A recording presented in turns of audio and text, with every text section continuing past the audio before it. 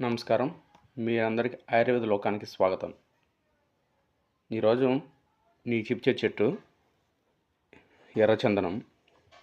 ఈ ఎర్రచందనం మా ఏరియాలో ఉంది. మా ఏరియాలో అదిగో ఫారెస్ట్లో ఒక పెద్ద ఫారెస్ట్ లాగా చేసి వేస్తున్నారు. చూసారు కదా, ఇదంతా ఎర్రచందనం. చూసారు కదా అదంతా ఎట్లా ఉందో, అంతా అన్ని చెట్లు అయ్యాయి.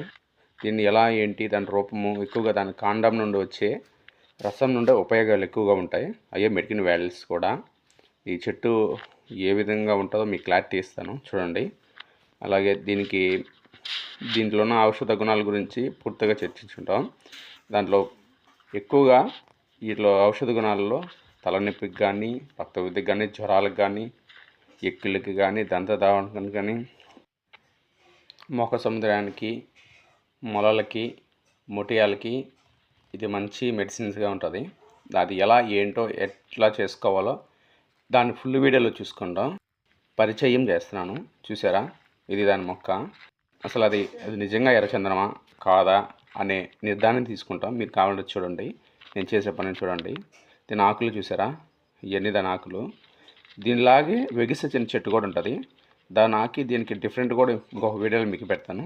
దీని ఆకు ఇదొకటి రౌండ్గా ఉంటుంది. చూసారు కదా, ఇది దాని ఆకు, ఎర్రచందనం ఆకు. దాని పూర్తి రూపాన్ని చూడండి ఎలా ఉంటుందో. దాన్ని పూర్తిగా చూపిస్తాను. దాని హైట్ కూడా చూపిస్తాను చూడండి. ఇది ఫుల్గా ఉంది. చూసారు కదా. ఇప్పుడు దాన్ని ఏంటో దాని సారం నుంచి చూపిస్తాను.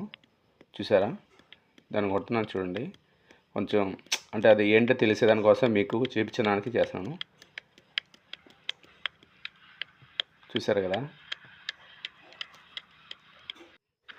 చూసారు కదా, ఇందువరకు గాడి పెట్టాను కదా. దీంట్లో ఉండే సారం వస్తుంది ఎక్కువ. మనం ఆయుర్వేదంలో దాన్ని ఎక్కువగా వాడతాం. దాని కాండంలో ఉండే జిగురునే మనకు అవసరం. ఇది ప్రస్తుతానికి కొంచెం చేసి పెట్టాను. దీన్ని కొంచెం చేపసాలు వచ్చి అంటే ప్రస్తుతానికి అది అప్పటికప్పుడుగా రాదు కాబట్టి కొంచెం లేట్ అవుతుంది. ఎట్లా వచ్చిందో ఏదో రక్తం బయట వచ్చినట్లుగా. చూసారు కదా, బ్లడ్ లాగా ఉంది మరి చూసేదానికి. రక్తం లాగా వస్తుంది చూడండి. చూసారు కదా, ఇది రక్తం లాగా ఉంటుంది, మరీ బ్లడ్ ఉన్నట్టు ఉంటుంది. ఇందుకన్నా అది ఎర్రచందనం అన్నారు. చూసారు కదా, ఆ సారం మనం ఆయుర్వేదంలో వాడతాము. దాన్ని ఆ విధంగా చేసి కింద ఘాట్లుగా వచ్చింది కదా. చూసారు కదా, ఆ విధంగా ఒక లేయర్ లాగా కారిపోద్ది. దాన్ని తీసుకుని మనం ఆయుర్వేదంలో వాడతాం. చూసారు కదా, మరిన్ని వీడియోస్ కోసం నా ఛానల్ సబ్స్క్రైబ్ చేసుకోండి.